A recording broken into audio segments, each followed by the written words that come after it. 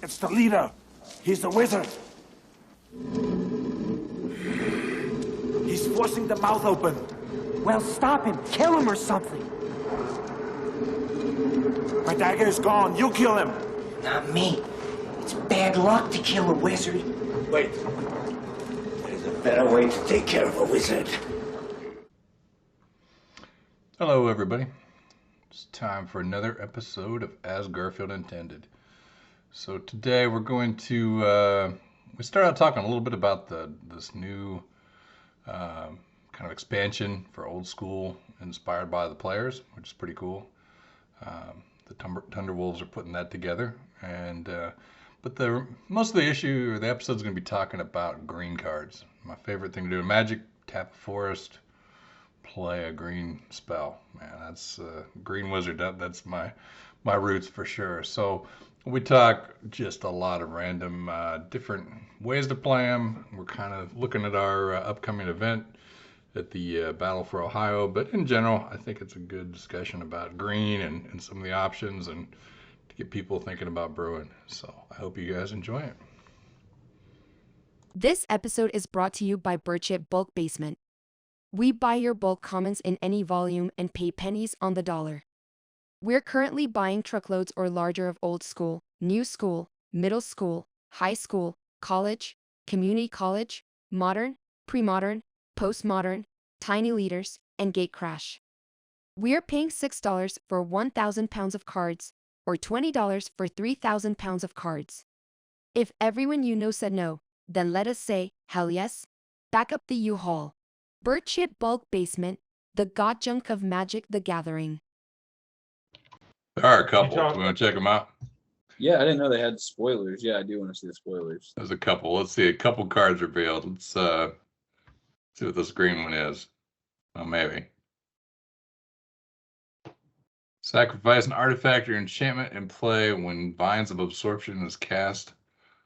All effects done by that target are countered. Oh, so it just kind of like turns off an enchantment? That's kind of cool. Illustrated by New Old School. I mean, the art looks cool as hell. Yeah, it looks very old school, actually.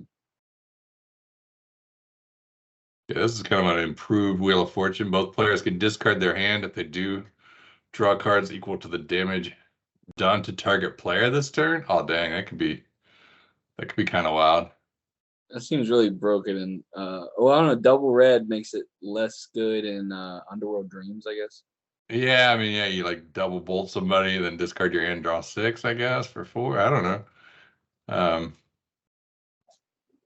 Let's see an artifact. I don't know. Flip a Fateful Toss. It's an artifact, cost 2. Into the it's like it's new Chaos Orb. All right, cool. From a height of at least 2 feet, call front or back. If you win the flip, destroy any one card in play.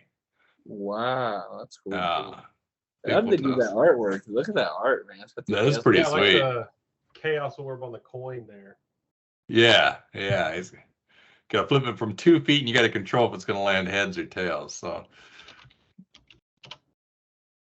right, I got to stop. I didn't want to read all these, but here's another one. Tap, add 1 colorless mana to your mana pool, or put a land from your hand into play. This can be done in addition to your. That's kind of cool. So it's a colorless land that sort of ramps you. That's pretty cool. Do one more spoiler.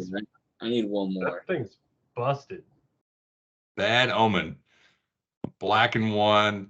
Draw 3 cards from your library. At the end of your turn, you must discard your hand to your graveyard. Oh, that's cool. It's kind of a reanimator card to add in, but it's like an ancestor. It's a Bad Omen, man. Unidentified Potion. 1 red and 1. Choose target attacking or blocking creature. Flip 4 coins. For each flip, opponent calls heads or tail.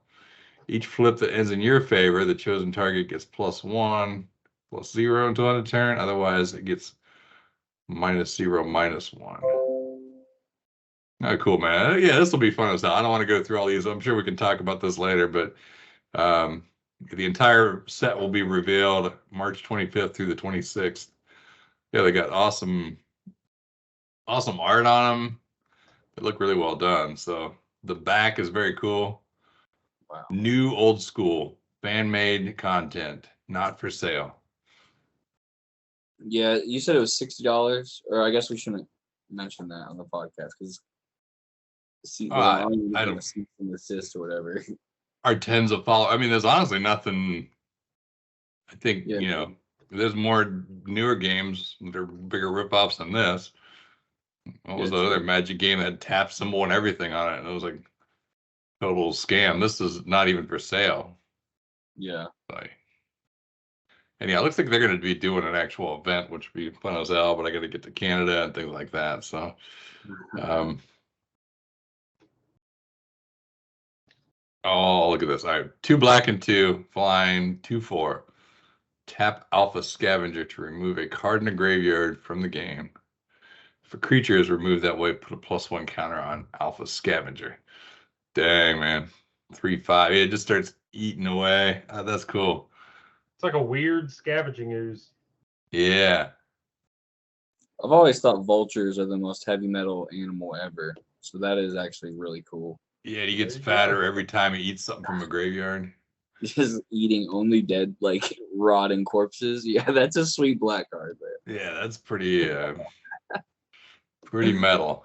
Yeah, it really is. That's just that's amazing, really. So, but I think the deadline might be passed for pre-ordering, actually. Yeah, I think it was like yesterday or something. Yeah, so anyhow, I've got some coming. I don't know if they're gonna be. I ended up getting a full play set. Like you got a box of 2. I think it was $100 to get 2 of each. So I just got 4, so we can make a cube or whatever or do things. So Nice. yeah, it should be fun, man. This guy's. I think maybe we'll reach out to them. I'd like to talk to them about this thing and see what they're up to. See how their event goes. Seriously, yeah, because like cards like Bad Omen make you wonder what is gonna happen with that set. Yeah, there's got to be some totally busted stuff somebody didn't think about. I don't know. Those guys are deep though. We'll see. I love fan made content. All right. Well, hey, let's get things started. I'm sorry, we kind of did an informal like usual, but what's everybody been up to? Anything? I've been working too much. Same as Eric. Played a little bit last week. We did some cubes and stuff like that. It was kind of fun, but Preparing for like the farmstead I got going on here.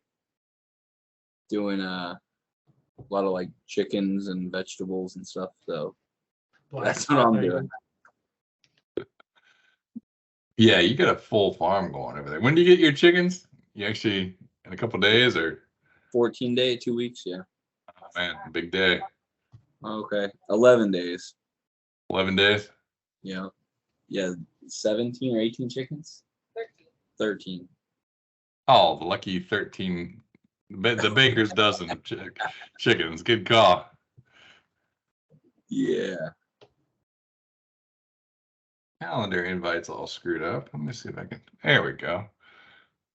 So yeah, I kind of sent a small agenda.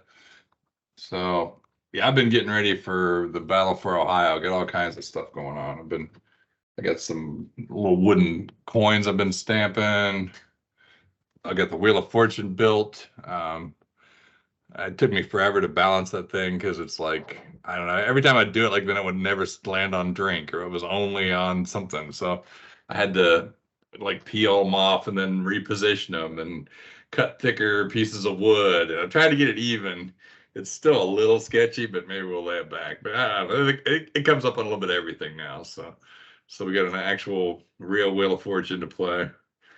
Yeah, I was getting kind of worried about that. I saw the Instagram post or whatever, and I was like, man, this thing keeps landing on drink. But it's one video. It just keeps replaying. You guys just keep watching it on loop. Like, yeah, this thing's broken. There's only one video on there. Oh, I thought it was two. I thought it was two spins before it restarted. No, it's just the one. It's the one video. It just keeps playing it over. And someone else, there's a comment on there about that too. And I'm like, no, it's literally just one video played over and over. Oh, I thought it was two going over and over. So okay. Sorry, but no. I retract my comment. No, that's what I've been doing. So I had it done, and then I would try it, and then no, it's not landing reliably enough. So I don't know if we just whenever I don't know, we're gonna have to have a goodie bag when everyone gets there. Just gotta spin the wheel to get started or something like that. Then I don't know. We'll have to figure it out. So I got the gong pretty much done and all finished, and then so I think I told Eric, but it's a pretty good story. My neighbor is from where's he from? I don't know. It's not Mexico, but anyhow, his wife likes chickens because it makes her feel like home.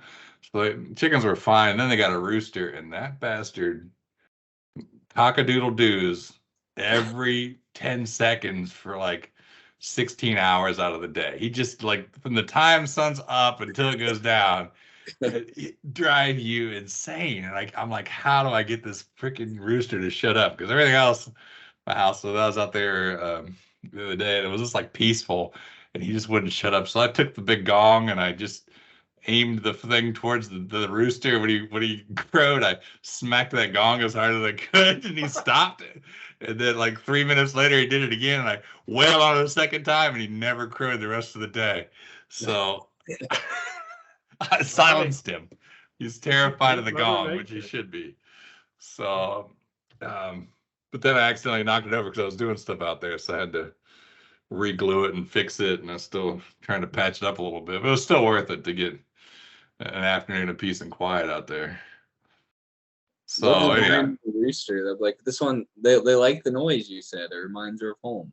This one stopped cockadoo and just by well, I don't know. Hopefully they have samurais at home too that they're scared of, because that thing's gotta get quiet somehow, man. I was ready to buy some foxes or something. Just how can I take out these suckers?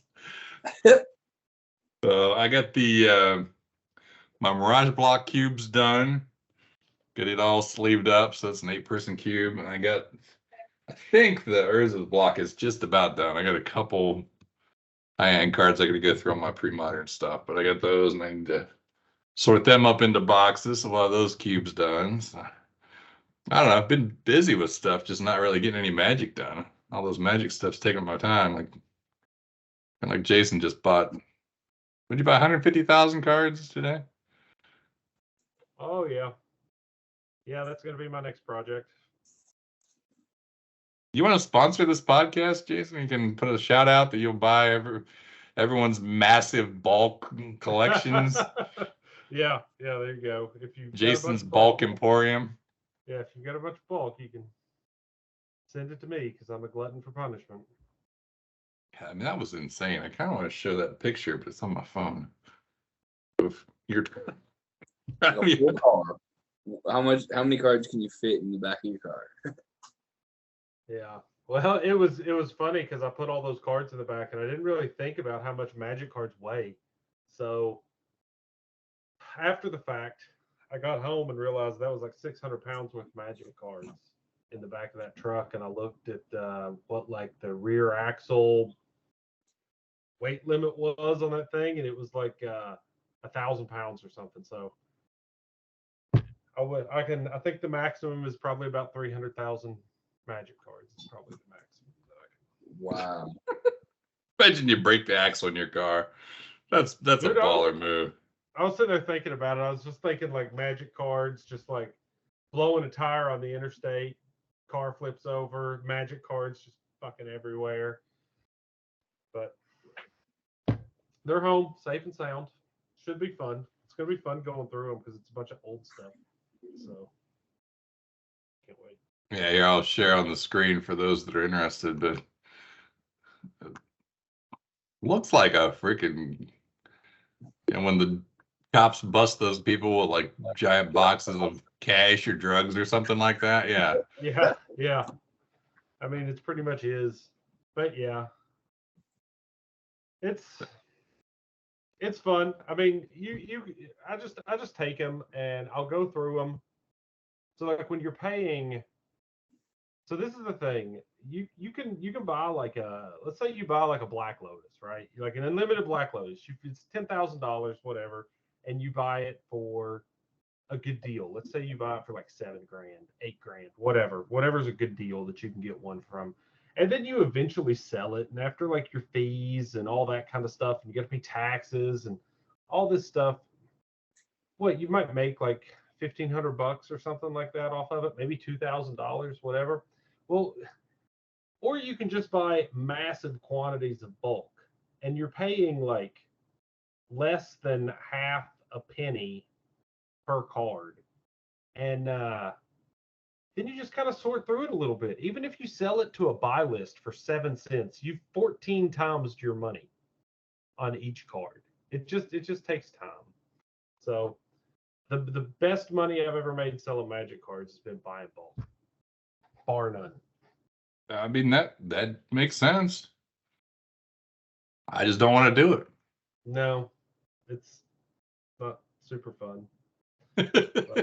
Well, like you say, going buy list is all right. In my mind, I'm sleeving up $150,000 white envelopes, and 150,000 people are gonna bitch about it. And no, you don't sell that stuff individually. You either like buy list it, you sort it out, and then you just buy list massive quantities, or you throw it in like medium flat rate boxes. Like a medium flat rate box will hold 4,000 cards, and you sell like 4,000 cards for like $60 or something on eBay. So, well, whatever. I'll leave that to you. I'm glad you do it because I give you all my crap too, because I don't want to mess with it. So I want to see you get busy, not be able to sell the cards, and then see like this room that you're in just keep getting piled up. Like behind you just looks like this insane library of cards.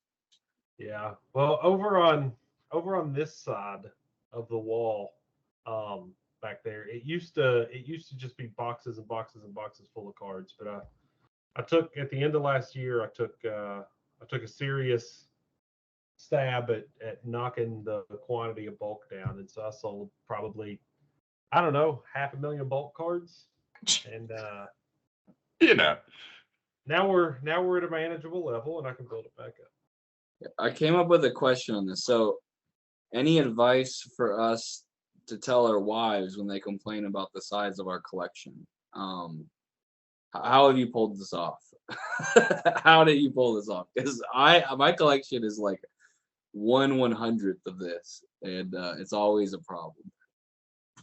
Yeah. Well, he makes money with it. We just lose money. I think that's the problem. Oh man, okay.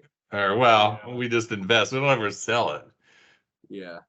Yeah, so that's the thing. When I first started playing Magic again, and it was just like a money pit. I was just buying booster boxes and building standard decks and all that kind of stuff. Yeah, it was a problem. But I don't know. Once you realized, I think we had to like fix the roof or something like that, and it was like a couple $1,000s out of nowhere. And I was like, give me a couple days, and I sold some cards, and I was like, here you go. Here's the money for the roof. Nice. She just kind of stopped worrying about it at that point. That's good. Yeah. All right. But the thing that gets you in trouble, the thing that gets me in trouble now isn't the cards. She's gotten used to me showing up with a truck full of cards and filling up our garage with flat rate boxes full of bulk. But she doesn't like the amount of time that it takes me down here messing with it. So you can never win. You can never win. This is true. Yeah, you're not gonna win. I'll tell you that. Okay. So yeah, all right. So our theme for the night, we decided. So we talked a little bit about this for the Battle for Ohio. We did get our. We're gonna do a St. Patrick's Day event on Friday on St. Patty's. green themed. So this will be interesting. It's a little different than we did. We've done a couple mono green events where it's just alpha through alliances. You can only play green cards. So um, on this one, we're going to give everyone their own Osling Leprechaun, and then you get this emblem. I got it here on the screen, but so you start with the Osling Leprechaun in your command zone, and then if your opponent plays a non-land or non-green card, this might be the old one. Yeah, this is before it said they take a drink. I updated it. Hang on. Well, anyhow, if your opponent plays a non-land, non-green card, they have to take a drink, and then you put a bag of gold counter on your Osling Leprechaun. And then you can remove a bag of gold counter at any time to add either one green mana, or you can use it to gain a life. So the idea is if your opponent decide, or if you're running mostly green, but you decide to run 50% of your cards red, then every time you play a red spell, your opponent's gaining life or getting mana next turn, and you're getting drunk. So I think our emblem turned out pretty sweet. Did end up using I did the back. Let me see here. I'm probably gonna use this back more often where I actually did just lost it. Yeah. Thought the back turned out cool. So used our uh, deck photo contest winner for the center of that thing. It was pretty sweet setup. So That is super cool. yeah, and they turned out good. So they're like big, oversized cards. I got like 24 of them printed out, so everyone will get one to keep, and it's gonna definitely be a fun event. But I keep brewing and I keep adding more non-green cards, and I'm like, how much am I really gonna be drinking? And yeah, probably, yeah, you're only gonna hit so many in an hour. That's not a big deal. So um, I don't know, got me thinking. So I wanted to just talk about good green cards, green decks.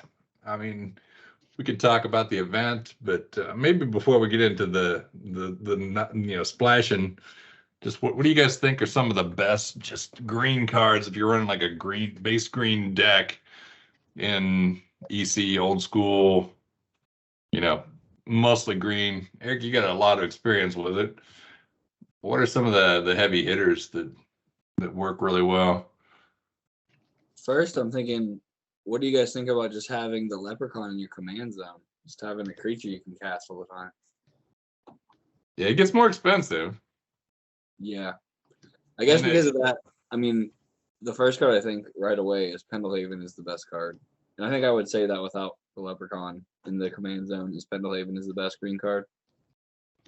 Yeah, we talked about that a little bit because Dave Frith Bard has spent a lot of time like tuning his mostly almost all green deck, and Pendlehaven is like the key. Like everything's got to be a 1/1 so you can Pendlehaven it. Makes the world of difference. Yeah, so just I mean, if you have a leprechaun in your command zone and a Pendlehaven, that makes cards like Elvish Archer or just like 2/2s like totally dead. So like you either have to play like 1/1s that could be Pendlehaven or things that have flying or bigger stuff. What can get around. Like I don't want to play Spitting Slug in a format when I know my opponent's gonna have a 1/1 that can be a 2/3. So anything with over 3 attack is gonna be key in an event like that. Or like Ice Storm and Strip Mine if you want to play a bunch of 1/1s or whatever. Yeah, I mean, the only downfall to Pendlehaven is being legendary. But I've still seen people running 3 of them just because they want it that much. I don't know what the right number is. I think I'm not gonna be that heavy on 1-drops, so I don't know. I might even only have one just because it's there. Man, the prices come way down. This is a good anti card. Look at this. Look at that, $3.60. Man, that's some budget ante right there. What do you guys think is an acceptable number of non-green cards to play, knowing that your opponent? I don't think that the drinking thing is that big of a deal because I kind of expect to drink like almost a beer each round. So whatever. If I drink, if I got to take 5 drinks, that's no big deal. But what about your opponent getting like free mana? Like that could you could like seriously just like set up your opponent for like a turn 2 or 3 Eureka or something. Just playing silly cards. You're like, oh, I don't care. I play Ancestral Recall in my deck, whatever. Play some artifacts, and then your opponent just goes like, dang, you just played a Mox, a Black Lotus, and whatever. I'll play a Eureka at turn 1. Yeah, that's Yeah, I the mean, that's the problem. I'm more scared of ramping the opponent than taking a couple drinks. Yeah. so, all right, the way this emblem works, just so even I'm clear, we put the counters on the leprechauns. I guess they stay on it if it goes to the command zone, or do they not? Yeah, they stay on, yeah. What if you just like stick him in Atanos's coffin? Would it just shut him? Yeah, that would shut it down. That would shut it down, right? Yeah, if it's not in the command zone or in play. If it's There's not exile- many things. I mean, you actually could run control magic. Oh, that'd be a dick move. Control their leprechaun with a bunch, just run a ton of blue stuff, and then just like mono blue, and then control magic their leprechaun, and then spend all the tokens on it. Ooh, That's cool. Oh, so the leprechaun is actually going to be an actual leprechaun that you can cast? yeah, it's an Osling leprechaun. You familiar with him? Yeah. I mean, I just thought it was just like I just thought it was the little token thing that we had. I didn't realize we had a real leprechaun. Yeah, we got a little. I went out into. Oh, okay. I was on TCG Player. It was funny because Steven had loaded up his shopping cart with all the cheap leprechauns. Then he went to work and he came home and they were all sold out. And he's like, "What the hell happened, man?" And I bought them, so I just. Okay, well that's cool. So yeah, everyone gets a leprechaun. We got some stamps, stamped leprechaun, plus the big card. And then you can take it home and play with your friends. But yeah, I don't know. The command zone, yeah, I guess you just keep replaying it and the counters stay on it. Yeah, I didn't think about control magic. That's a dick move. I guess in response you could just dump and gain the life. Yeah. So you're not giving them. It is an instant ability. So if they try to control magic him, you just gain X life or something like that. That might not be so bad. But yeah, as far as non-green, mine right now has 7. I got 7 cards that are not green. Like, yeah, I'm gonna be dropping 1, maybe 2 a game. No, so I'm not really that scared of 1 or 2 mana, really. Do you think? I mean, the normal green deck that we see in old school is a pump deck with giant growth and berserk. Do you think you can play? Guaranteed that you're going to be able to cast a 1/1. Do you think you can play more pump spells like Aspect of the Wolf and just play like way less creatures having the leprechaun in your command zone? Maybe. Yeah. Yeah, I mean that's definitely possible because I mean you can turn 1 Pendlewave and play your leprechaun. Next turn you got a 2/3 beating stuff down already. I mean, you could literally. Do you think you could go as hard as going with like Bloodlust, like play red cards and play Bloodlust and Berserk and stuff, and just like have the like turn 2 or 3 win, just like all pump spells? Potentially. You just have it. Pretty all in. My deck's a little slow. I'd probably lose to that. Yeah. Yeah, you have a creature in your opening hand no matter what. You basically everyone starts the game with 8 cards in their hand. Right.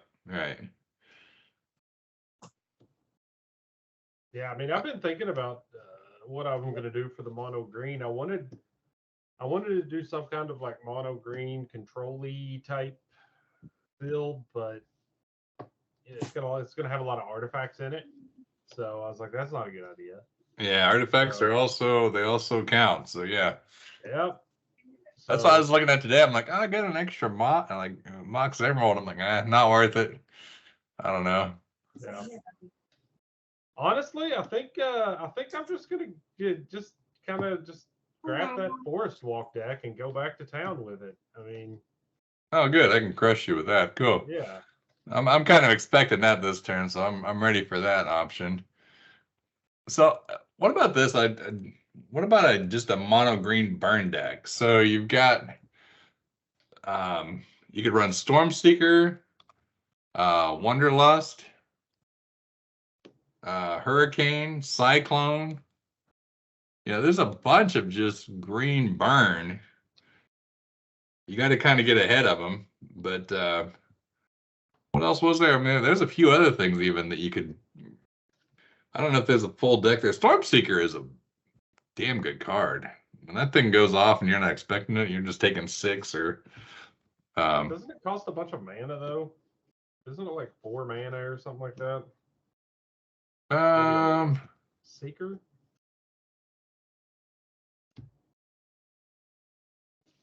You spell 2 words?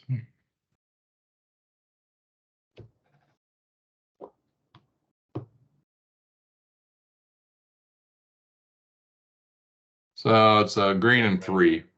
Does 1 damage for every card in your opponent's hand. So if they open with Soul Ring Mox, you could just next turn burn them for 5 or whatever. Yeah. I know, you just got to play your Leprechaun, and then you got to be able to pull the counters off of him. No, it's an instant. So let them draw the. You have to wait. Yeah, that's a good point. Yeah. Yeah, wait till they draw. Wait till they take their shot for playing Ancestral. And use that extra mana that you just got to burn them while it just went on the stack. So hey, I did have a suggestion for the Leprechaun. Okay, I want to hear what you guys think about this. So what if you got a gold token instead of putting counters on the Leprechaun? And the gold token is, I think Steven probably knows, I think it's like a standard card, right? Like it's like literally like an item, like an artifact token. And if you had a gold token, that would make cards like Gaia's Avenger. Everyone's, if I were to say the most, one of the worst old school. Oh, like you get a treasure? Yeah. I guess like gold? Yeah. Then you could destroy them. Scavenging folk and stuff like that can destroy the gold tokens. Well, that'd have been good to know before we paid for the emblems. Yeah, that's pretty good.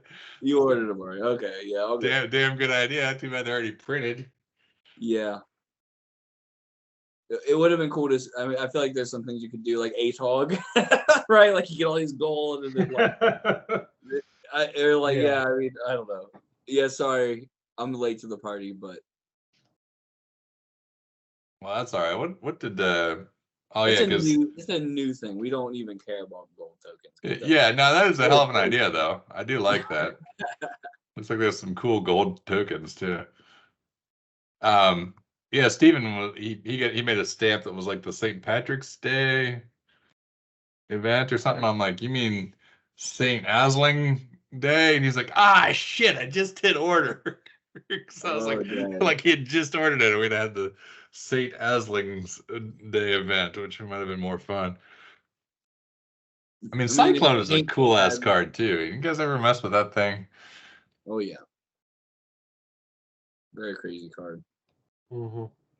It's 2 green and 2, so same thing. It's a little slow, but it does 1 damage to each creature and each player, and you gotta keep paying the green. But man, that can be a board clear. What are you gonna do, Jason? You're a control player, so in an event like this, that you usually, I mean, I've seen you. Okay, when we had you won mono green event with Forest Walk creatures. Forest Walk is obviously, we didn't ban. The only card that's banned is Circle of Protection Green. Forest Walk is wide open. So, are you thinking the same approach, or are you thinking a more control route, or how? Well, it's kind of like what I was going to do, kind of a control-y thing, but where the artifacts are going to ramp your opponent, I figured that was probably a bad idea.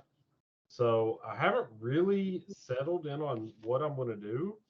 So right now, my default is just to rerun the Forest Walk deck because it's already behind me. But yeah, I'm not real sure. I'm just gonna throw it out there. What about Thalids? Because you're very controlling, man. I mean, I liked Eric's Thallid deck that he had last time. I thought that was really cool.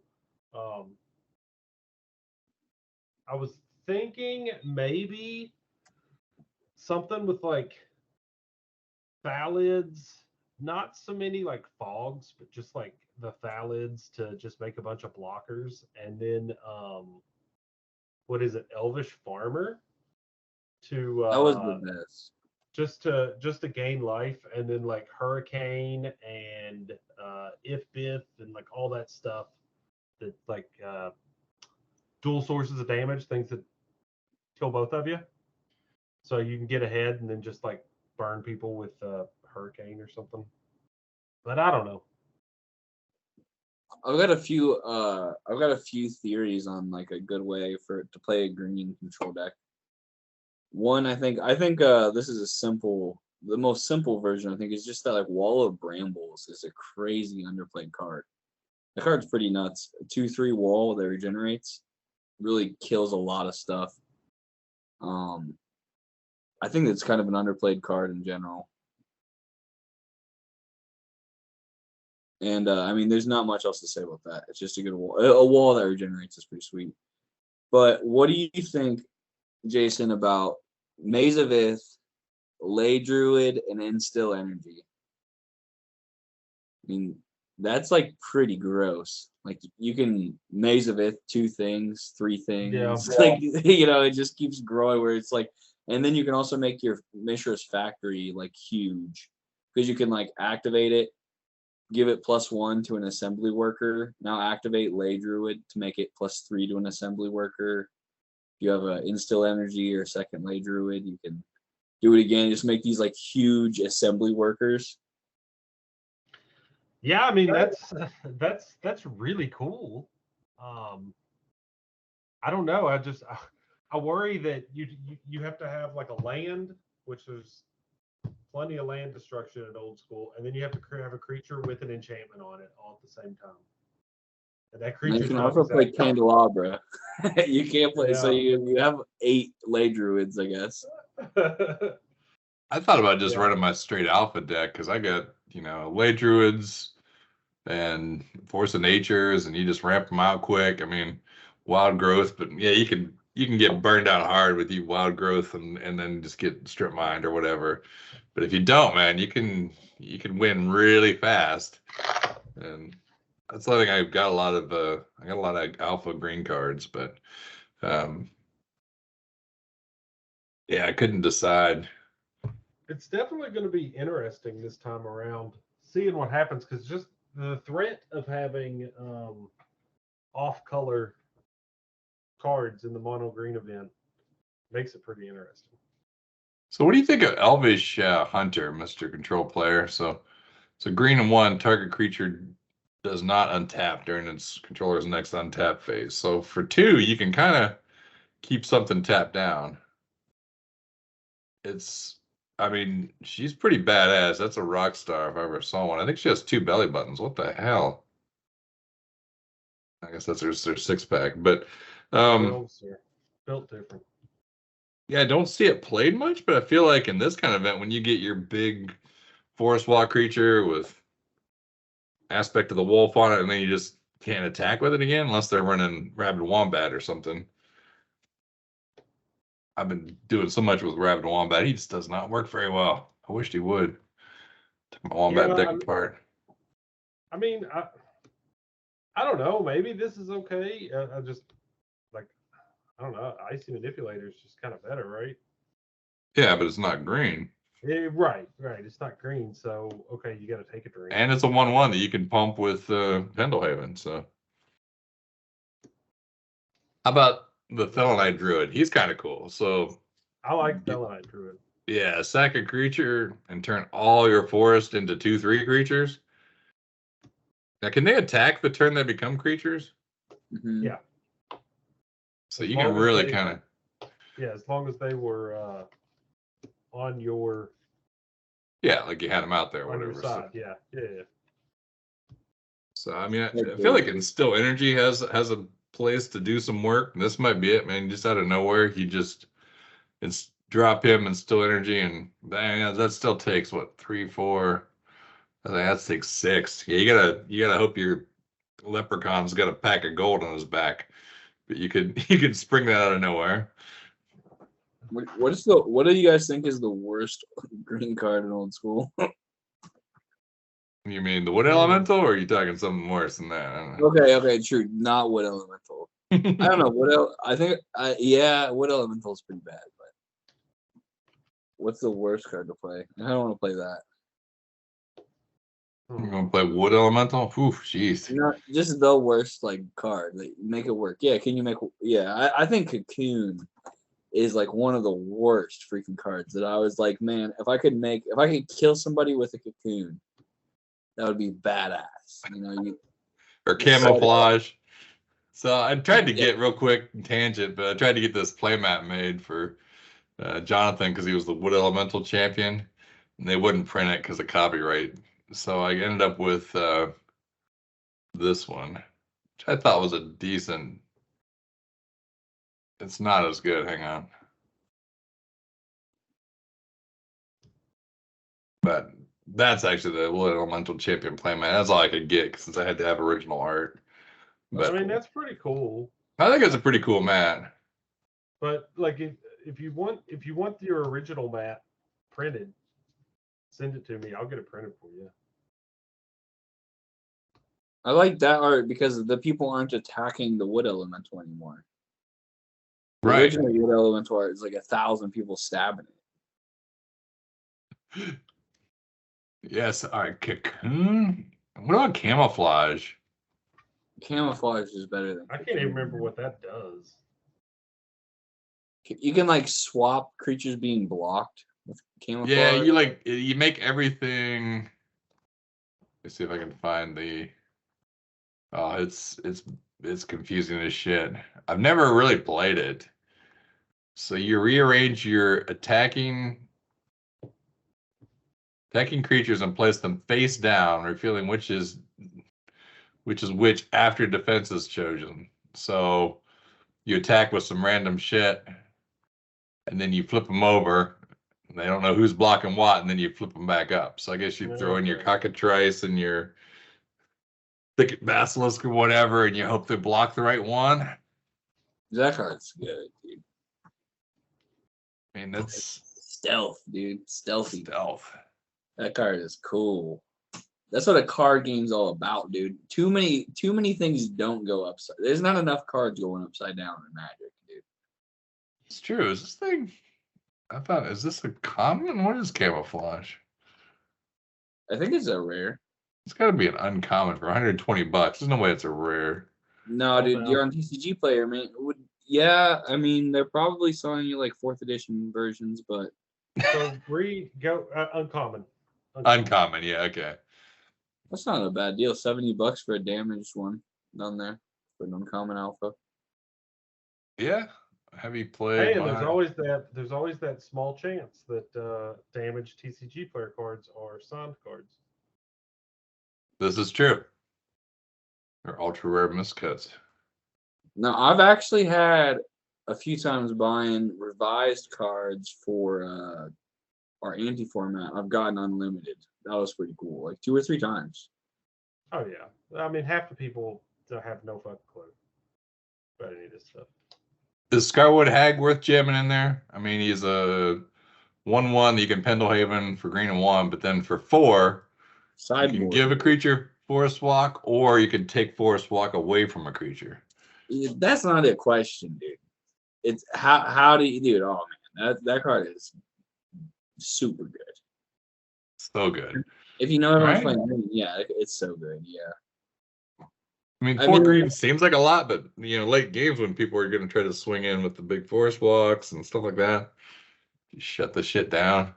It depends on your deck, though. If you're playing the 8 Forest Walk creatures, you're playing 8 Forest Walk dudes, like the Cat Warriors and the Children Dryads or whatever, then you put this. I don't think you need this.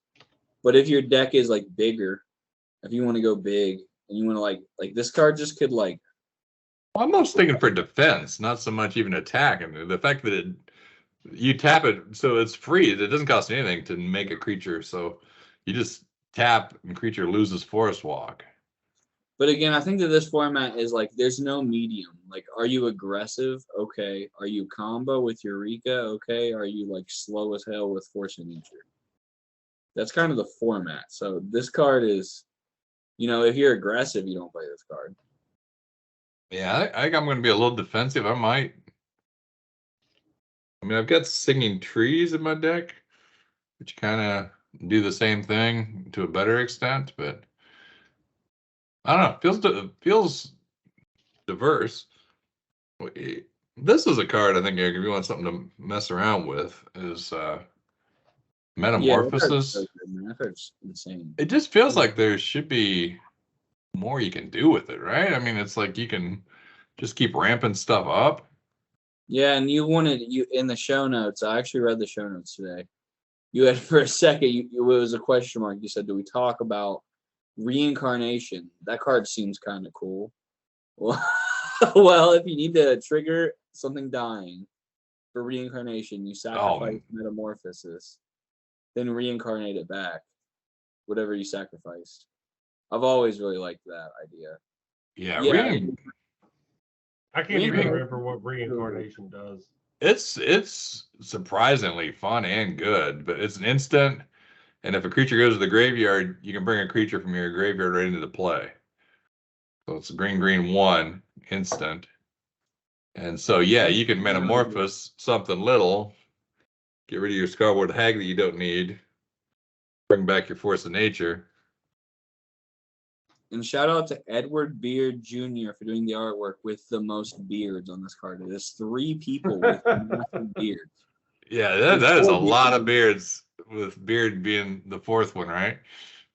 Yeah, the 4 beards on one card. Doesn't get much beard. So this guy that has the spike in his head, I guess he's being killed, right? So this is telling a story.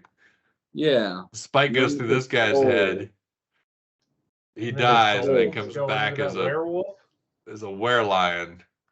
Nice. That is some underappreciated art. That's pretty badass. Dude, it's such a badass card. I was playing with, like, obviously, I think most people would play it in, like, the green-black Fallen Angel Cabal Ghoul deck. Most people play that, right? Everyone has that deck. But Well, it works with Triskelion too, right? So if you get down, you can take the last counter off your trike, kill the trike, and then in response you bring the trike back and get another 3 counters on it. It works with Lord of the Pit too, and everyone loves that card. Come on. Oh damn, Lord of the Pit, yeah.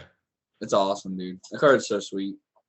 The card is so sweet. An instant animate dead is so good. Like, it can just, like, it's one of those cards that just, like, sets your opponent up with just, like, wait, everything I had planned is all messed up. Like, it's a card game card. You're playing cards. Your opponent. Now, can you use this with Spitting Slug so that they get first strike, and then you can activate that before? Nah, getting too fancy.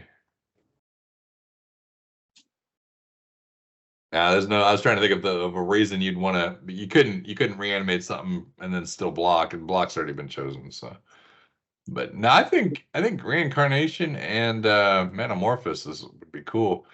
Yeah. Like what? Spitting Slug's good when you're talking about Leprechaun being able to just be casted. A 2/3 isn't as good as a 2/4. So stupid, but So I mean, with your Leprechaun, so you got a target for metamorphosis. So turn 1, you play the Leprechaun. Turn 2, you crack this,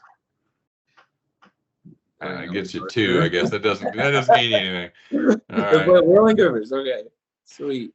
Then you play Whirling Dervish, which you could have played on turn 2 anyhow. Yeah. No, Metamorphosis is cool though.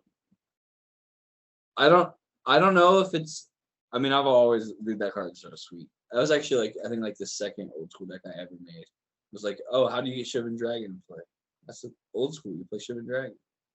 So I mean, all right. So if you do a sushi, Yeah. and you sack the sushi, so you got 4 mana. Let's say you play a sushi. Next turn, you crack this. You got 1 green, so you got 3 mana. Then that generates 4, which is 7 plus 5.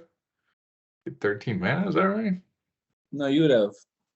Well, I'm just saying. See, Oh, well, so just Suchi itself gives you 4, and then this gives you 5. then like turn 5, you should have 5 lands in play. Well, you got so I mean, just kill Sushi with this gives you 9 mana right there. Yeah, it's crazy. It's pretty sweet. No, it can only be used to cast creature spells. So Yeah, I'm thinking Colossus of Sardia or something like that. yeah, I mean, my favorite green card that I think is just like so much fun to just be smashing in. And what I would probably play this with is Hazazon. That card is because I think I like Hazazon so much. I thought about it is because he's like one of the only old school cards that hasn't entered the battlefield effect. You know, you can unsummon it, or you can Crocus it, or ramp into it. Hazazon makes the Sand Warriors for each land you have. So like I don't know, like that's kind of cool, right? You can like kill your Ley Druid and like turn 4 a Hazazon, have a bunch like 3 or 4 little dudes. Yeah, that definitely gets you ramps you up there. But you don't want to get him out too early because you need the lands. You want a bunch of lands out too. Yeah, I think you just want to Crocus Hazazon though, and just like get him out early. Oh, right. To survive, to put more lands into play. That's how you play that card. Yeah, play Hazazon like turn 3 or 4 to survive until like turn 6 or 7. That might have been one of my favorite losses from last year was when we were playing the 4 Horsemen, and I had played him, Caracas him, played him again, swinging for just endless lethal, and the guy fissured him to death, which killed all my Sand Warriors. It was devastating. Prices are down on shit, man. Hold up, I just thought of something really cool, and this is not even green at all. So when all Sand Warriors are removed from the game, now is that how the flavor text goes? What is the flavor text? Or do the tokens die, or are they removed from the game? Dang. Dude, if they died, Cabal Ghoul in that card would be so sweet. Oh man. Kill them, and then they're moved. Dang, okay. Nothing to do with that. Sorry. I mean, you were talking about Planar Gate the other day, and I was like, dude, Planar Gate and like an unsummoned Hazazon deck. That's actually kind of cool. How do you spell Jock Levert? That I like. I'm a big fan of Jock Levert. JAQ, I know, but I don't know past that.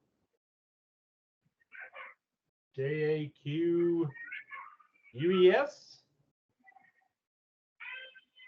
I don't know, not coming up, but his ability to, him with Sand Warriors is awesome. Gives them all, +2 defense, but gives himself +2 defense. He makes a lot of things better. Tracker, Stang. I mean, I don't know. He's really I think he's awesome. I mean, he's 3 colors, of course, so that's tricky. But I'm a big fan of Levert. I've played him a lot, and he's done stuff for me. I really like Tracker. I think Tracker's great in mono green. Knowing that you're playing against other mono green decks and that you'll be playing against Pendelhaven, do you think that's a big deal? Like with everyone's defense being 3? Or is Giant Growth efficient enough?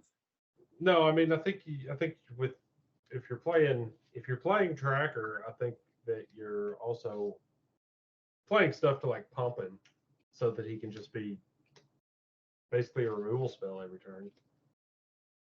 I'm not super worried about Pendelhaven. I've always liked Wily Wolf. What do you like? Yeah, I looked it up. It's JACQ. Ah. But yeah, dude, the Wily Wolf and Tracker are always so good. Oh yeah. I mean, this is going to be a pretty strong effect. The +2 defense to everything really, like I said, takes you out of Tracker range. Mm-hmm. The thing I'm kind of afraid of is freaking City in a Bottle.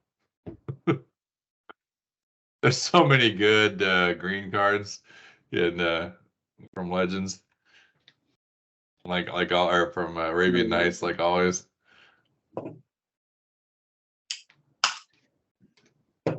Yeah, again, it just goes back to like how aggro is your deck or how slow is your deck. An aggro deck doesn't care about City in a Bottle too much. What, dude? Okay, I really like that card. It's like the Shrek of the freaking. It's like a ogre. It's like a 1-mana 2/2.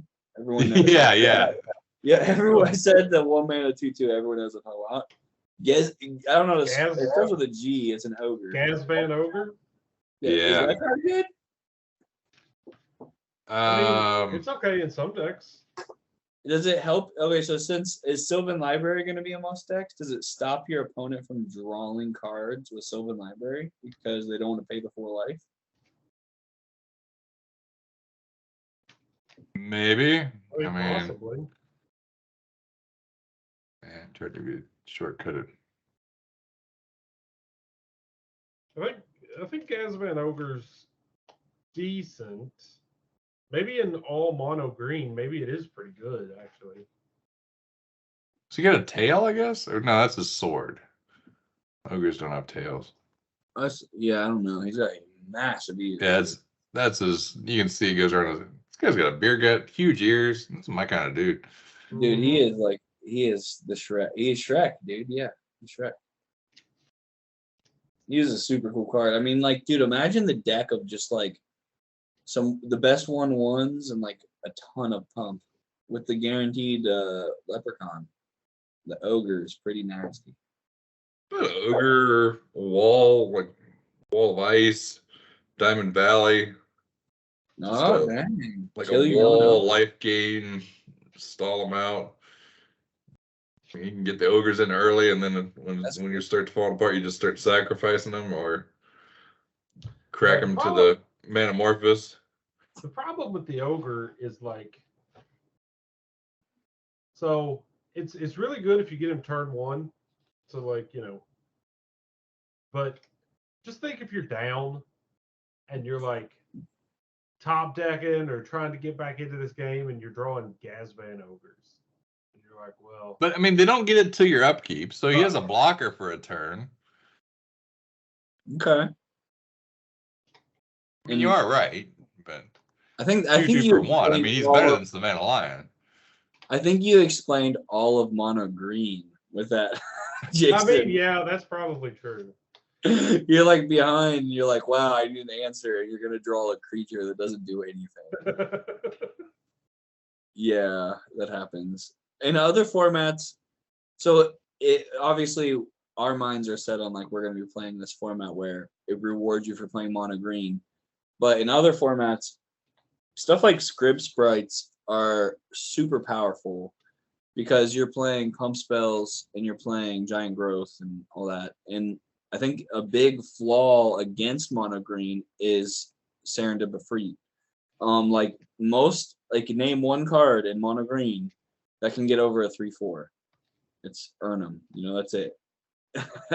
So like Script Sprite is such an important card. Do you think that it's important when everyone's playing green? I mean, it's unblockable for the most part.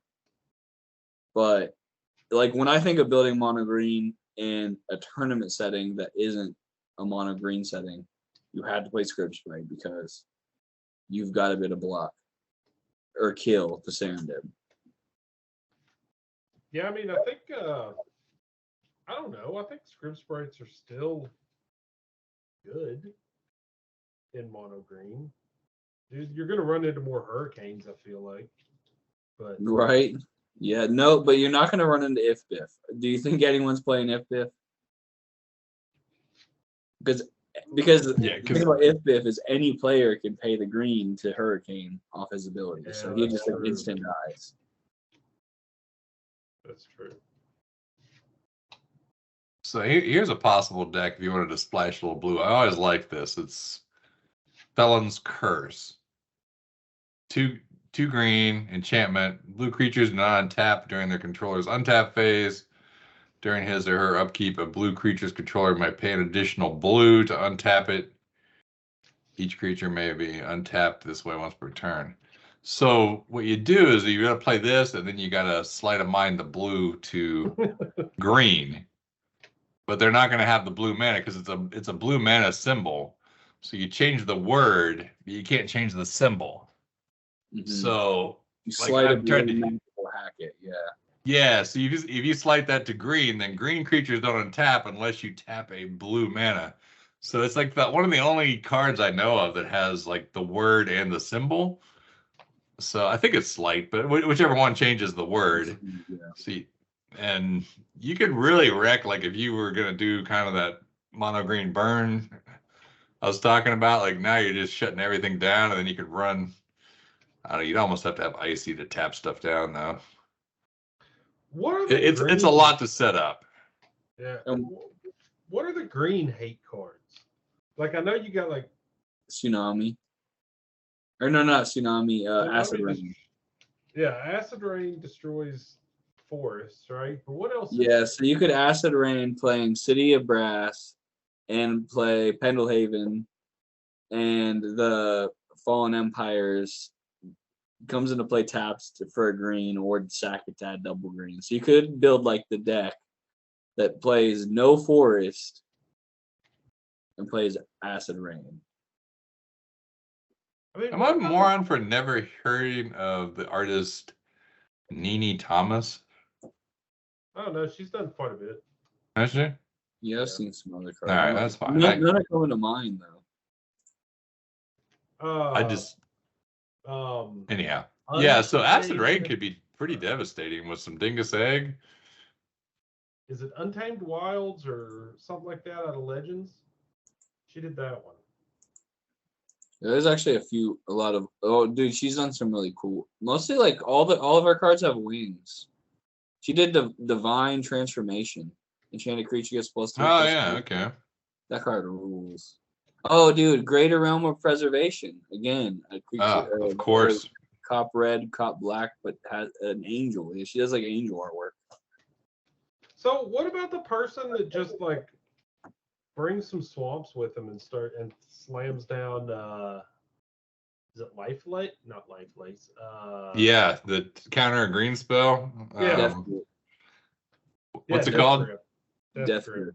Well, real quick, I wanted to talk Acid Rain before we did. Like, Okay. he did Acid Rain, Dingus Egg, and you could even run birds and elves to kind of help ramp it out there. And that would be pretty nasty. I mean, you get to blow up 5 forests though to kill them. Again, though, do you think everyone's just going to be playing like 20 forests? Like they're going to be playing 8 non-forest at least, plus Pendlehaven. Well, you could run Ice Storm. You could run Ice Storm, Strip Mines, and just be taking out everything that wasn't a forest. I'm going to be playing Factories and Strips and Pendlehavens. So is Ice Age and all that legal in? No Ice Age or Alliance this time. Usually, if it was with us boys, we would be playing with Ice Age. So no. Okay. It does change things because I keep thinking back on like Ice Age green cards because green is actually a lot better in Ice Age. That's how we always play green.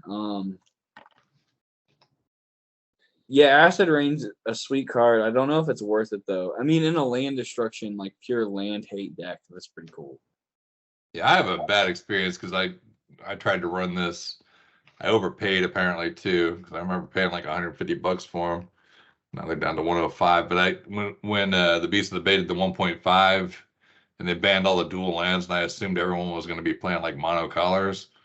And then no one, like they just ran every off-color land you could imagine. It's like all I hit was Urzatron and Hammerheim and everything. Like the entire event, I blew up like 2 forests. I think I had this was Sleight of Mind or something, so I could blow up whatever color lands they were on.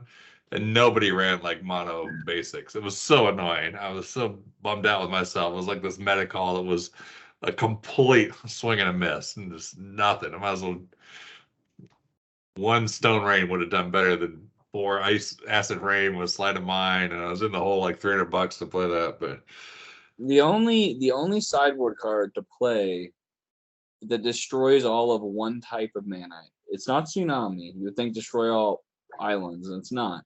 It's a red one, and it destroys all planes. That's actually Flashfire? Is it? Is that what it's called? Yeah, it's a 4 mana red card, and it destroys all planes in play. That's actually extremely needed.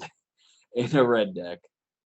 Other than that, yeah, I don't think like because there's tsunami, acid rain, and whatever this one is, the red one we're talking about.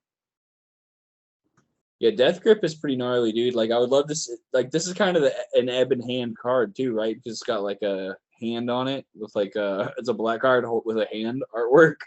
Yeah. Yeah, I would love to see the dude that just says screw it, I'm playing mono black with Death Grip in it. Yeah, I mean, you just slam this down, and it's like, oh, well, you get to ramp me, and it's like, well, get fucked because I'm just going to counter whatever you ramp. So You guys are I don't super know. old. You guys are like older dudes. Do you guys know about like the artist musician that like makes music under the name of Death Grips? No, No. I have no idea. Oh man. Well, hopefully some podcast dudes do. It's a pretty famous artist. He makes some pretty cool music. Makes this card way cooler.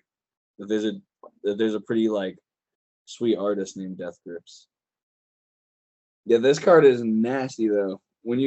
But again though, like you play this card on turn 2, and your opponent's already played a guaranteed Leprechaun, and maybe a Pendlehaven, and he just starts smacking you with this freaking Leprechaun, dude, and like plans on like giant growthing and berserking it and Pendlehaving it all the time. Like it's just too slow, I think.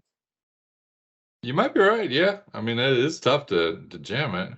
Like a wall of brambles or rambles or whatever the card is, like that's actually kind of good to like slow it down. And the spitting slug slows down the Leprechaun. You might, if you want to stop the Leprechaun aggro. I don't know if Death Grip is the card to do it. Yeah, there's always like a fog theme, or I don't know. There's a lot of options. There really is. I'm gonna be real curious to see what people play. I hope it's a good turnout. And it's Friday night, so I don't know how many people we're gonna make it for that. Rabid All that good Wombat, stuff. dude, Enchantress, that stuff's pretty sweet. I mean, you know what stops a 1/1 that's being Pendlehaven is like a 2020 Vigilance Rabid Wombat. That's pretty. Enchantress is pretty solid, right? This is like the only format that Enchantress is good in. You might be right. Yeah. And still Energy seems really strong. It's a 1-mana card. Sylvan Library, like play 3 of them in your deck. It is Flash Fires. Yeah, I don't understand. Oh, just with no space. Yeah, that's what it was. Flash Fires is a good sideboard card in red. So I'm going to give a quick shout out to anyone that doesn't listen to This Old Deck. The most recent podcast from This Old Deck, the Desert Twisters, did a guest appearance. Have you heard this thing, Eric? I mean, I've never heard production value. Like, it is the greatest. Like, it's just straight off of Netflix. They go around the interview over. They get like background sounds and effects, and I mean, I've never seen anything more professional. Most of the documentaries I listen to are not as good as the most recent podcast. And and they like interview all the Desert Twister guys, and it's like the Desert Twister radio hour or whatever, and they announce the bands at the end and all this shit. I mean, it's so well done. I was just blown away. But one of the guys was like, yeah, Tundra was just a bad island because it dies to flash fires. Like that was his old memory of like you don't play Tundra because it just dies to flash fires. Wow. Like yeah, bad island. Don't run that one. Dude, that little click is badass. The Arizona the Twisters or whatever. Yeah, those guys are they're super next level, official. man. Very official. Like live by the old school, die by the old school, dude. They're pretty hardcore. Yeah, I don't know who did that podcast, but I mean, it put anything I've heard by anybody in old school to shame by far. You need to check it out. I don't know exactly what it's I don't know. It's just This Old Deck. You should be able to find it. It's in definitely not a podcast. Yeah. So I saw in the show notes you had mentioned some stuff about first strike creatures, which is the land leech and obviously elvish archer stuff like that is probably pretty good because like you can't expect a lot of creatures when you're playing with green, right? Like you don't have tear or swords of the plowshares.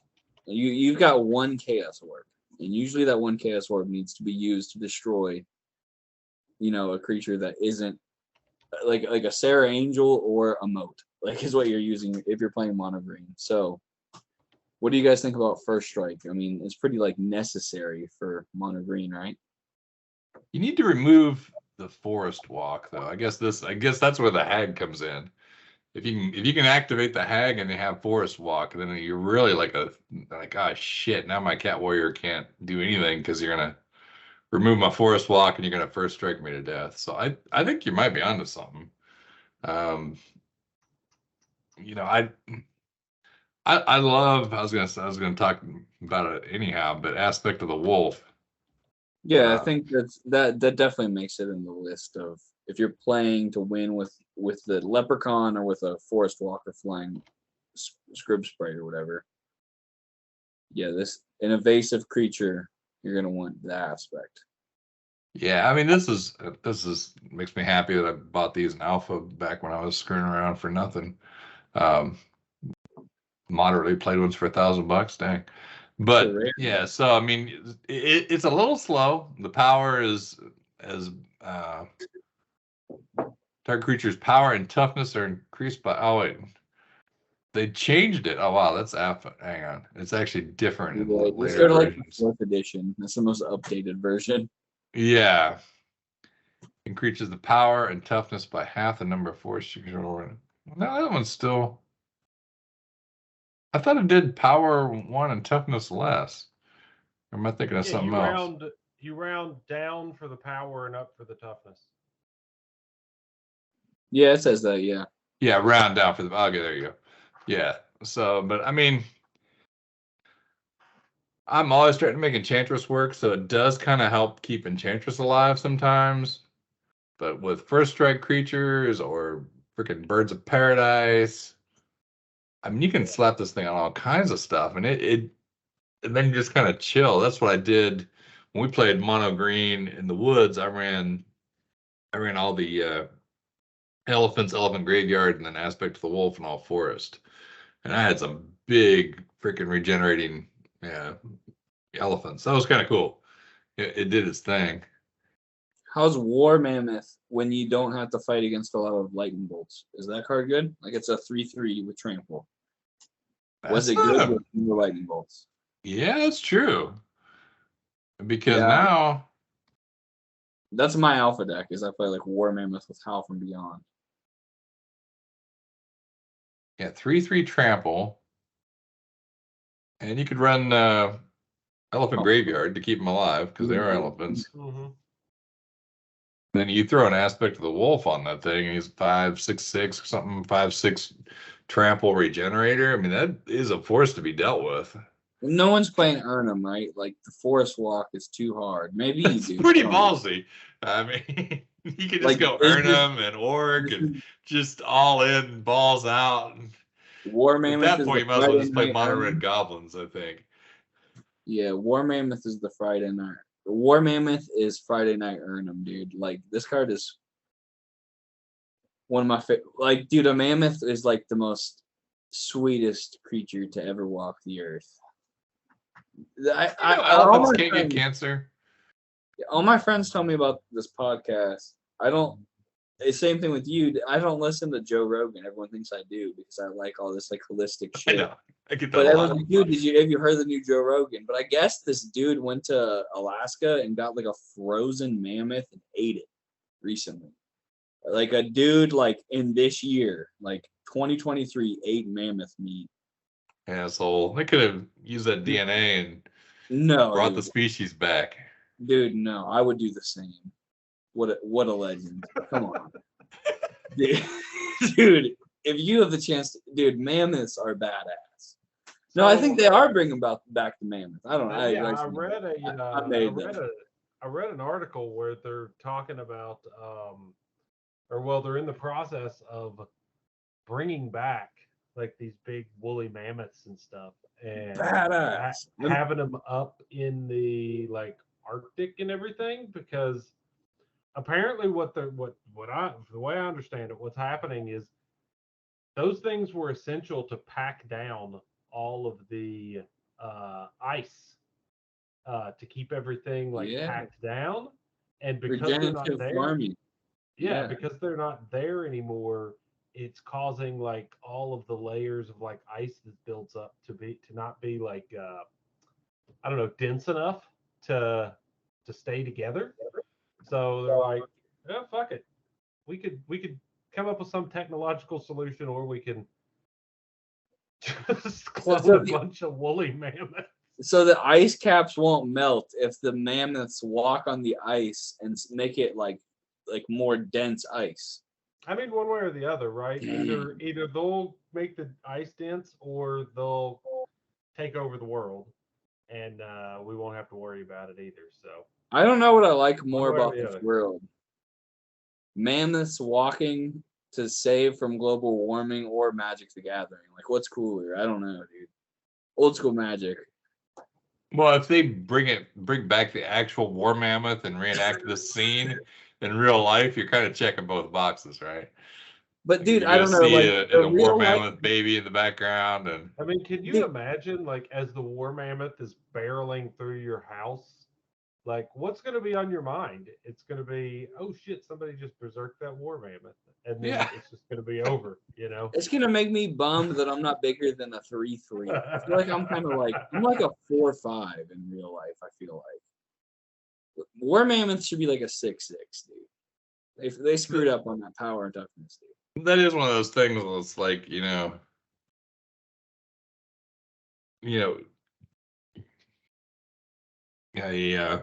He's much bigger than Ernum Jin. Like a mammoth is bigger than like a dude just swinging by the Like vine. this chick, This bitch is a 3-2. this bitch swings as a 3-2. Like, she's as strong as a freaking war mammoth. Don't say the name of it for anyone listening to the podcast. This Yeah. bitch swings for a 3-2. And Yeah, she's she almost swings as a 3-2. That's a big.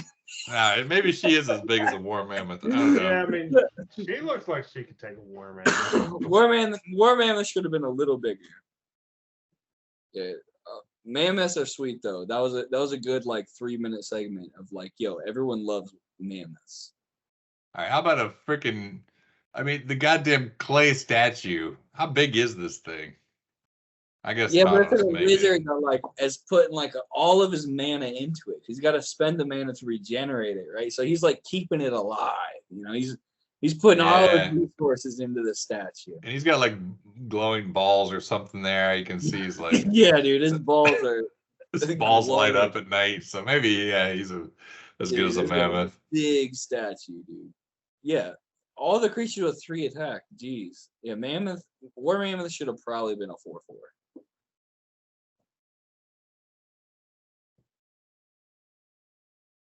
Well, Dude, what's honestly, Gwendolyn? like Gwendolyn's a 3-5, right? Yeah. Yeah, so the power of Hoochie is stronger than a woolly mammoth. Yo, She so can take a she's pound stronger. Look at that like 2-handed sword. Like she might fool you, but she's rocking a 2-handed sword.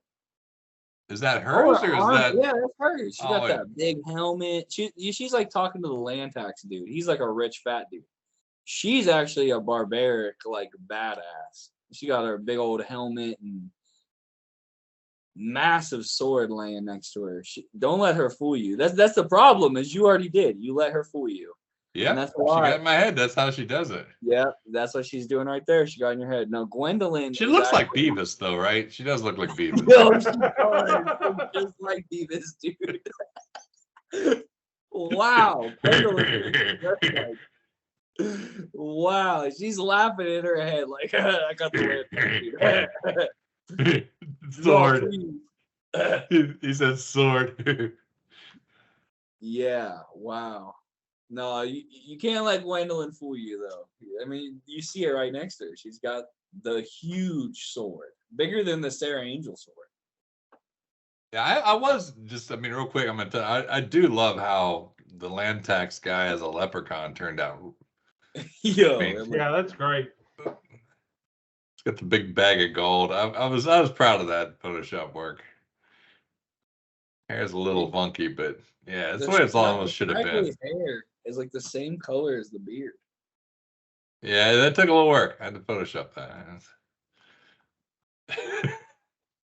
Yeah, it'll be a fun event, man. I mean, okay, so like I think personally, and I've said this, I think in like a previous podcast, is like if I were to be playing on a Friday night an event that doesn't really matter, hanging out with the boys, drinking some beers late at night, the most fun deck to play is Leprechaun War. Like that is the most absolute fun deck you can have. Playing Azling Leprechaun, turning cards into green.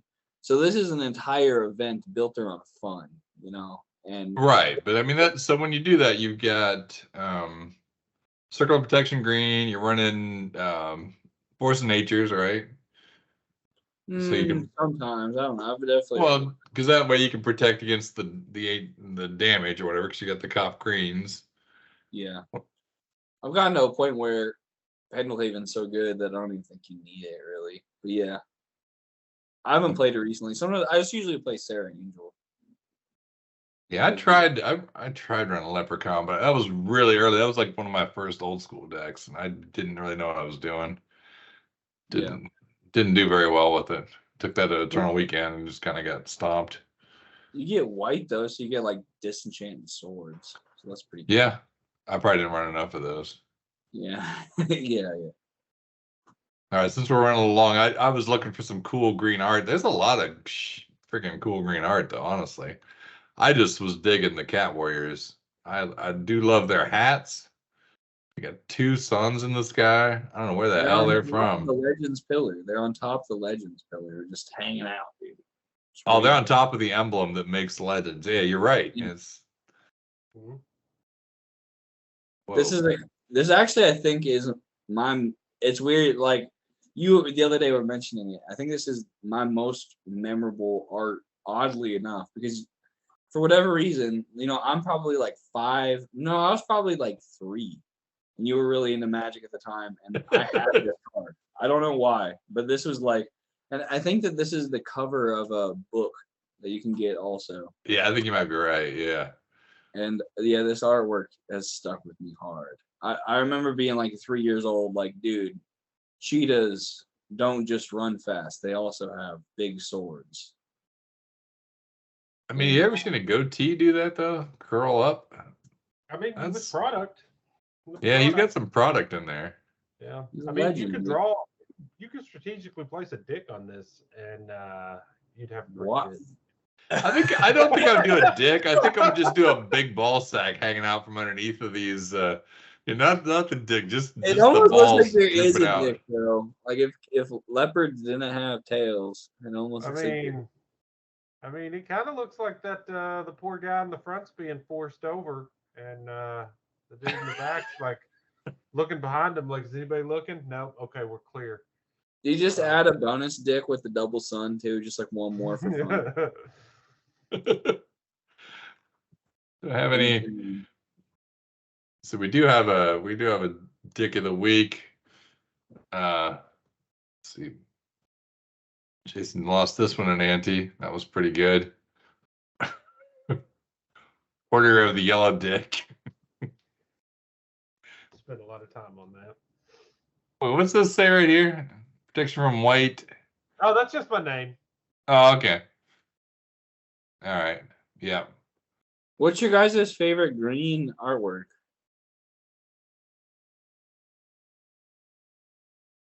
Favorite green artwork. I mean, honestly, probably freaking Force of Nature, because I've thought of getting that tattoo before. Like if I was gonna get a magic tattoo, but I mean, it's kind of maybe a little. I don't know. Everybody does that, I'm sure. Everybody knows the awesome Force of Nature, but he's such a badass. Dude, he is an 8/8, dude. I mean, I actually went to the Columbus event with the Columbus Kobolds, and I played Force of Nature in like a pretty aggro deck. I just was like played like one of them in like a deck like of all 1 and 2 drops in case I was against control. And I berserked that thing like 3 times in that event and ended up getting like pretty high, like 8th place because of Force of Nature like the whole time. Dude, he's a beast. He's insane. Yeah, I mean it's not a bad idea to just freaking run Force of Natures. and a little bit of way to support him. I mean, he costs 6. It's so easy when you're running all green. I mean, that's not hard to cast. With that like enchantment, that's like you can play an extra land or sack it to get like green. Oh, land. yeah. Yeah, it's pretty gnarly. It's pretty gnarly. Dude, he's insane. I mean, I'm also a fan of Berserk. I do love the, maybe not the background so much, but this guy's losing his shit. You can tell he's not really all there, and he's definitely gonna die at the end of whatever the hell he's doing. I do like a good Berserk art. That's cool. Dude, I actually really like the background too. I think that's like kind of when I think down to like the alpha form, just the most primitive form of magic is just this like weird dimensional shit where there's just weird. It's kind of like the '90s thing, like to just swirl shit around or whatever. Yeah, dude, it looks I always good. kind of looked at it as like, you see the guy and he's going berserk, and all he's seeing is red. Like he's not seeing anything else, right? So it's just like that's it. It's just dang, all he sees is red. Going nuts. Yeah, he's just going at it. That's cool.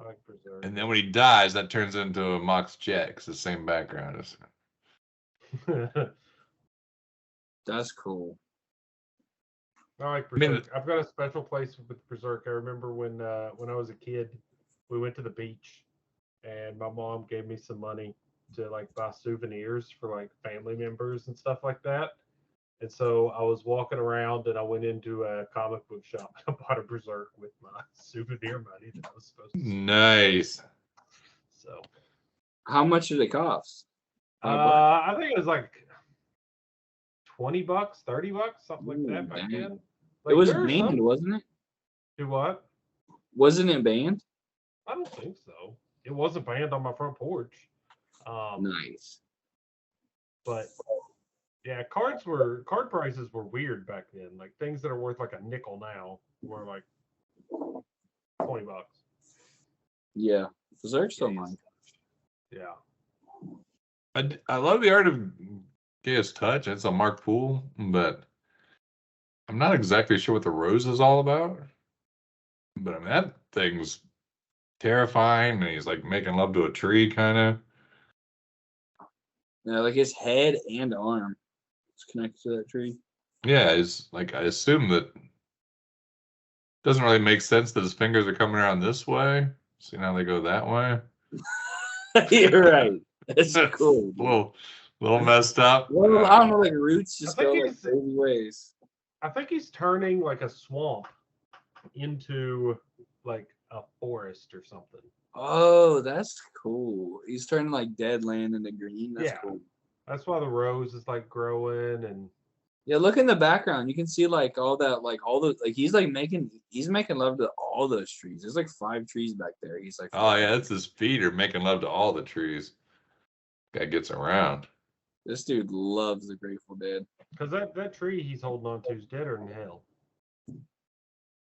All right, now this is some good art right here. That's a big boy, dude. That dude, he's got those blue eyes the ladies love. I wish that card was more playable. Yeah, that card's sweet. The Selkin Brownie. Not a lot of brownies. He's got. Oh, dude, I mean, that hat is so damn small. There's no way that actually stays on his head. I never noticed the other brownies behind him. Yeah, there's a bunch of the. I never noticed that. That card should be banned. With that artwork, yeah. All hang out. Right there. Leave a bowl of milk on your doorstep each night for the brownies, or they'll cause you no end of mischief. Yeah, that boy does his plenty of milk, doesn't he? Yep. He does. Taking away all the banding.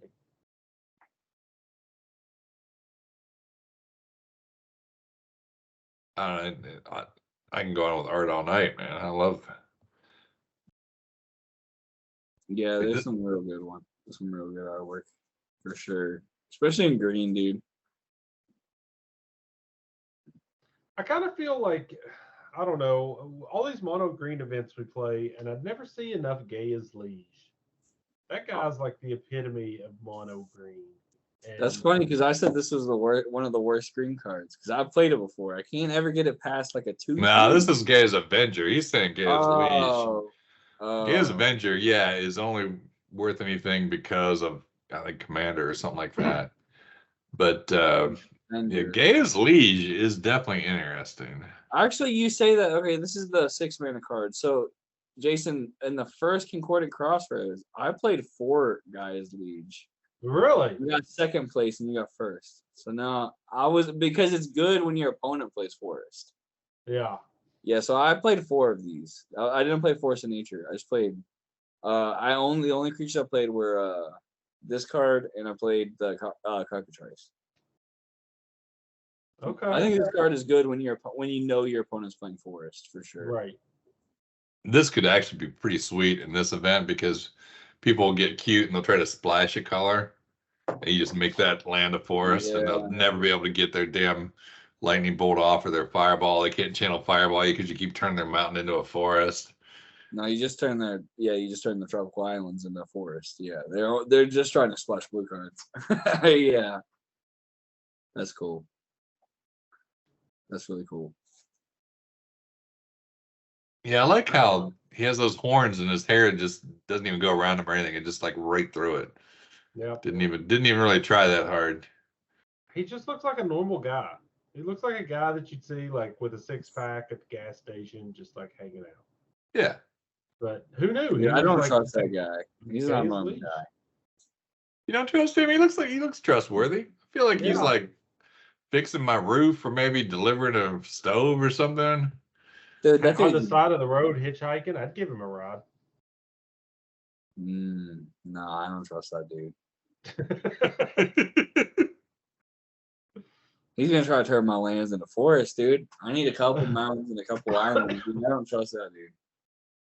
Yeah, I mean, Liege would be cool, and if you use Instill Energy, he can really get nuts too, because then it's insane. you can drop him, turn something, and then swing out on the same turn. You don't even but here's the thing: is if they're just playing like all island, like if they're playing all forest, like it's even better. If not, like you can turn up their strip mines and factories. It's pretty sweet. That's some good art, dude. That's some good art. The giant turtle. This freaking poor bastard, that tiny little axe, thinks he's gonna do something. He thought he was gonna do something. The turtle lives twixt plated decks, which practically conceded sex. I think it's clever. It's such a fix to be so fertile. What the hell? Olga Nosh the turtle? This is a quote from the turtle. Turtle lives twixt plated dicks. Wow. That is really weird. My favorite art's got to be Regeneration. That card, I don't know. I think that card's also like really good. Regeneration is not a bad card. Like, I mean, we're talking about Force of Nature and Gaia's Liege and stuff. Just throw a Regeneration on one of those cards, and like that will. It's like maybe it's overkill, but like you're guaranteed to win. Yeah, this Viking dude, he is used to ice. That's Ice Storm's pretty badass, dude. I mean, he's got runes on his sword. This dude is like fully equipped. That's just how bad the Ice Storm is. He's used to ice, but look at him. He looks like he's having a bad day. Yeah, you can tell this dude came from like some weird ice land, dude. He's like from the North Pole. But this Ice Storm. What's the green card where it's like if you don't play something, then people can't attack you? Oh yeah. Yeah, sure. Why can't I can't Arborea. Arborea, yeah. Arborea. Here you go, Eric. You want an unplayable magic card? Play this guy. Dude, he looks so cool too. And it's like he does 4 damage to an opponent casting an instant. Does not apply to the first instant. Yeah, it's like it's so close to being such like this card could have actually made green good. And that's actually unfortunately the entire color green. Is that like this card it should be the face of green. Because it's just the whole thing. Yeah, just you want to cast Ancestral, it's going to cost you 4 damage. That would have been awesome. And it's just the same thing with just everything. Like like even like spinning slug, like your opponent can like stop you from getting first strike. Like it just everything, like Arborea, like you can't even play a land for Arborea. Like everything has just a slight like thing that's just like such a big deal. Or Urnum Jin, like okay, your creature's unblockable. Like everything has this little. Yeah, the Druid is so close to being playable, but then it just is so unplayable by one word. So, Jason, this is definitely a card up your alley right here. Arborea. Yeah, I was kind of thinking maybe messing with this a little bit. Because you can activate millstones. Mm-hmm. You know, you can do things like that as long as you're not casting a spell or putting a land into play. I also thought of running this with Time Vault.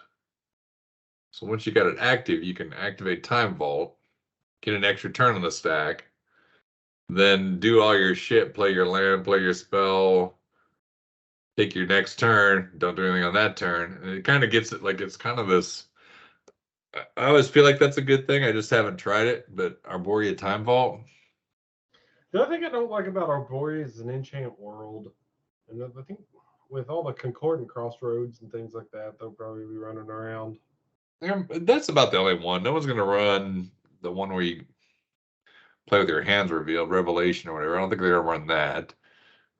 Crossroads, maybe, but that's a ballsy play too, man. I mean, there's some big shit in green. You don't really want to give your opponent instant. Yeah, maybe you're right. You know what I really like? I mean, like my favorite. I'm also thinking about just going back to this.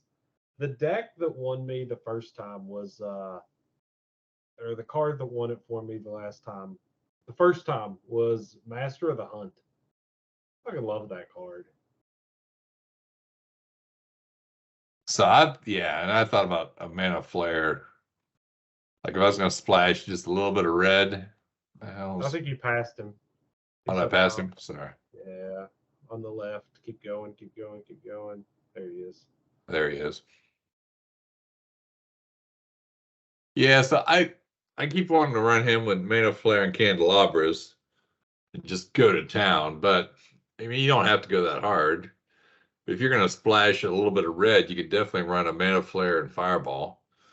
You know, just a couple of them, and then once you're doing that, two green, you can just keep putting wolves into play with banding.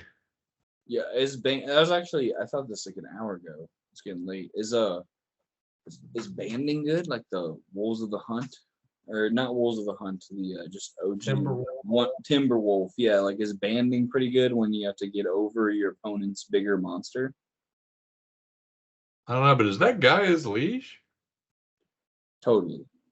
I mean, That's him, right? Oh yeah. Did Mengus? No. He did the other art. Damien, yeah, no, I don't think so. And this is arm like super long. Dude, his arm, his arms are so strong and long, dude. Oh shit! Eat nothing but deer meat and juniper berries, dude. Monogram dudes are jacked. Look at the force of nature's forearms. You think that's a big forearm? Wait up. Right. Yeah, no, it's just a standard reoccurrence. He's not quite as strong as a mammoth, which just makes sense. He needs. I don't know, Jason. I mean, just the ability to make tokens was enough to put you ahead of the game.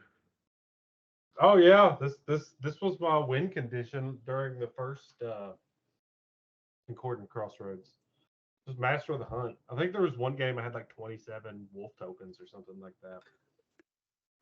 Yeah, so you thought the same thing, Dad, and I played the Elvish Hunter as like a control mechanism against other mono green decks. And then I played Icy. So I played like 2 Icy and 3 Hunter. So I was like, okay, and then I had the Chaos Orb. So I had, 6 or 7 ways to control the board. But none of those stopped this one card. And that was my problem. Now I've seen your mono green deck. I won't spoil it or anything, but you do have a way around this. But that card, the card that you have is in mono green. It's a different color. But in mono green, there's only Desert Twister to stop this card. You don't have the tap. The tap mechanism is Cyclone. Yeah. Yeah, Cyclone would definitely stop The it. cyclone would suck, man. Would 'Cause this- Aeopile stop it? Is he a 2/2, right? Yeah, but that's not green, but yeah, he is a 2/2. But when we play mono green, yeah, we allow artifacts. So I mean, this and Aboria is a hell of an option. You just sit around and you're not doing anything. Once you've got him out, you just keep making dudes, make a giant ass band. Yeah, it's coming back to me now. I remember losing to a big ass banded wolf to Jason. Yeah. because even if you're playing Force of Nature, you have to you just stall 9 turns, make a 9/9. Like just don't play anything for 9 turns. Yeah, And I you'll mean get that's there. the thing. He doesn't tap to do it. So you get to the point where you're making like 2 wolves at the end of your opponent's turn or whatever. I mean, he starts spitting them out pretty fast. Oh yeah. He's the master. He's just not just a hunter. He's the master of the hunt. That's right. I think there's another card, right? There's like a card that's Master of. There's like a card that's it's like a newer card, like I say newer. It's like 2011. It's almost. The one that flips over or whatever. No. It's right. You scroll up. He's got big horns like guys leads. Yeah, it's Oh yeah, Master of the Wild Hunt. Yeah, Wild Hunt. There's guys Legion newer version. Yeah, 2000. Yeah, now he's got elk horns in this one. Ooh, nice. He's been taking some roids or something. Not just the hunt, the wild hunt. Yeah, that there was a damn good card, man. M10. Yeah. All right, well, we're getting a little late. I got gotta get up and get the kids off. Tomorrow morning early. Yep. Kids in the it should be interesting. Hey, there we go. Just one of the lost anti cards to finish the night. Just nice. I'm gonna take swamp. I'm gonna take I'm gonna make all of my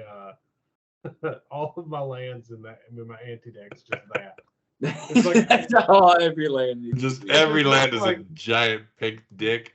Yeah, Go it to looks Office like Depot. Dude, I love that. That looks so great. I want to I play that card actually a lot. I was kind of like I've played that card. I don't know 10 times this year already. I need you. You can trade Brandon. He might hook you up. That's nice. All right, boys. Well, I think we call it a night. Good episode. Getting closer to our battle. Maybe getting one more before we actually play. Talk to these Montreal dudes. So what the hell's going on with their new set? New old school. Looking forward to the Ohio battle. It's gonna be a good time. Totally. Yeah, I hope the hell no one gets sick or anything. That's the thing right now. It's like it's all coming together. Yeah, one person could screw it all up because it's like the teams. Yeah. Yeah. All right, boys. All right, guys. Have a good night. All right, boys. Another banger. Another banger. See you guys. See you. All right, we'll see you. All right, Joe, I'm keeping my 7. You ready for this? Hell yeah, man. I'll destroy you. Go ahead. All right, then, Joe, get ready for this. I cast Dark Ritual, floating 3 black mana, then cast Entomb. I search for a Grave Titan and put it into my graveyard. I use the remaining 2 black mana to cast Persist, returning Titan to the battlefield. And I create 2 zombie tokens. On to you, Joe. All right, so I play a Plains, tap it, and I cast a Yoked Ox. Your turn, Trump. What is that card, Joe? Are you still playing with vanilla creatures? You're embarrassing yourself, bud. I'm going to make it up for the election scam. You're going to get rolled this game. Hey, man, not everyone has money to waste on updating their deck. Whatever, Joe, that shit just sounds like massive copium. Anyways, I play an Unholy Grotto and cast Undead Augur. Move to combat, I attack with all. Man, you started rough, huh? See, this is why I'm the only president to win an MTG Pro Tour. Fuck you, dude. Your deck still sucks. Zombie Tribal isn't even that viable, and you're not playing the most optimal cards anyways. This is very winnable, you'll see. Draw for turn, play another Plains, and, yeah, shit him out of cards, man. So, pass the turn to you. What do you mean out of cards? It's turn 2. Yeah, no, man, hands empty. I fucked up a bit. Oh, my God, Joe, what did you start with? Did you take a mulligan? Don't tell me you... Yeah, I mulliganed down to 1. Just bad fucking luck, okay? I was getting all lands constantly. But the last card I ended up on is Yoked Ox, which is one of my favorites, so I thought I had a chance. Joe, what the fuck were you thinking, man? Who keeps a one-card hand that doesn't even make sense? Fuck the stupid ox card. You couldn't have played it if you didn't happen to immediately draw a land. Joe, you would never survive a real hardcore tournament. If I used one of my real deck, this would have ended 2 turns ago. Fuck you, Trump. No need to gatekeep, all right? My deck is fine as it is. I'm sick of your pay to win bullshit. Besides, I only recently started playing. Just getting the ropes of it, man. What do you mean, Joe, don't bullshit me? When we talked, you told me you played MTG since the first Ravnica block. Of course, you're still a rookie in my eyes, but don't lie about being brand new, you noob loser. Yeah, I did start playing then, man. No lies, but it takes a while to figure this out, okay? Also, you still haven't won, so stop running your mouth. Joe, you're embarrassing yourself again. You're supposed to be at least an average player by now. At this point in your MTG career, I was already dealing with Siege Rhino spam decks and birthing pod clusterfucks. Those times were rough. No room for silly little snowflakes like yourself. Please do yourself a favor and pack up your things, put your deck back into your box, and walk away. It's GG anyways. All right, man, whatever, I'm done with your bullshit anyways. And while we're at it, calm down with the privileged rich talk. Not everyone can afford all these accessories. What are you doing with your deck, dude? Where's your box? Oh, God, Joe, don't tell me you're going to use the... You keep your deck together with just a rubber band? You don't even use sleeves, Joe. What the fuck is wrong with you? Listen here, Trump, this is the way this game was meant to be played. If it were up to me, we wouldn't even play on the table. Sitting down on the floor is the ultimate gaming experience. You're just a gatekeeper elitist trying to tell others how to have fun. You really hurt my feelings today, you big meanie. Bye, Trump. Don't call me. Whatever, Joe, you're just a sore loser. If I brought my stacks deck, you would have shit your pants. Sucks to suck, I guess. I do enjoy noob tears, though, so thanks for amusing me. Go find a game more suited for casuals like yourself.